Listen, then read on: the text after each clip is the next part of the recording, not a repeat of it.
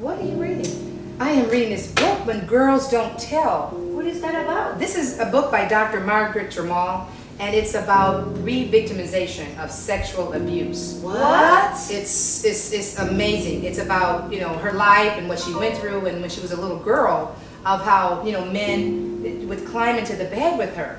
Oh my God. And this book is so graphic. I mean, it's so real to life as you read it, because she's talking about how he would just come in and just take advantage of her. I mean, can you imagine someone just taking advantage of your body, taking your innocence away?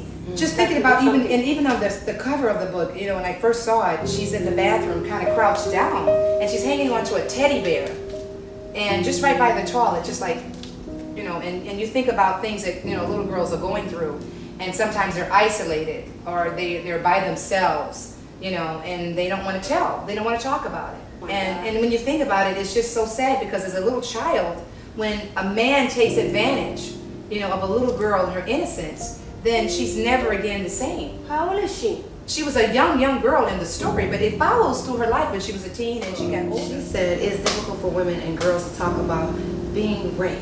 She also stressed on however, that those experience the re-victimizing from sexual child abuse and feeling to express themselves. So this book's got to be a good book, because she's talking about how she overcame, even as a girl, when girls don't tell. Right. When girls don't tell. Rape is one thing when you get raped one time, but then think about re-victimization. Oh my God. And a lot of girls, and even boys, but a lot of girls will get victimized again and again. Anytime that guy wants to just take advantage of you, he feels like he has a license. I mean, look at the titles of the books. Snake in a project. From the project to the pit. My identity crisis. Windy City School Days. The Fly Paper Factor. Recovering of the sight to the blind. I mean, just the titles alone. Yeah, it's a good book. It's a good book. It is really good. And the part that one of the parts that really got to me is when she was the child was in her bed. And then the man came and got her. The mother and father were in the bed. This guy that was sleeping and taking advantage of the little girl, he brought her into the bed and literally took advantage of her body, and the mother didn't wake up. You just imagine there's this child in the bed, and this man is taking advantage of this child. I mean, that is just, and this is something that I know happens everywhere. Every day. It happens every day. What do the statistics say?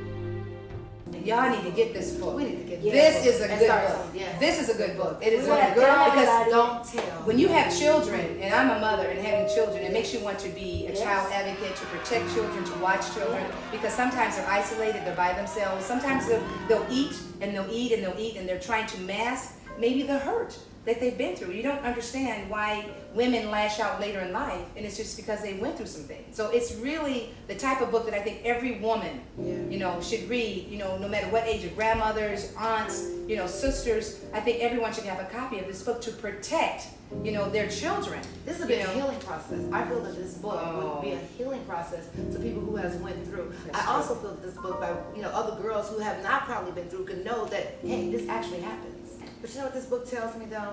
This tells me this is a woman of courage, a woman that she's ordained by God. Because for you to write your testimony out and tell somebody about it, it's going to heal the rest. That's true. Yeah. You can heal the nation with your Yeah. testimony. You can heal your nation with a book. That's true. That's true, and that's cool too, because as you know, I got towards the end. It's like it's redemption. It's redemption. Exactly, She was exactly. able She to was be healed able to be and healed.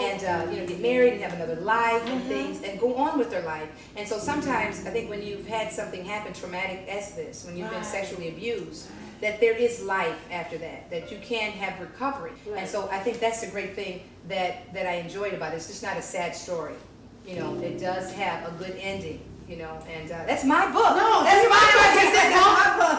That is Take my this book. You gotta share with us. You gotta Yeah, share. No, you got to get your That own. is a good book. That is a Can I good share book. this You one? always get the good books. You always smiles like that. But that's a good one because I think this is a book that's going to help so. Well, Sheila, thank you for blessing me.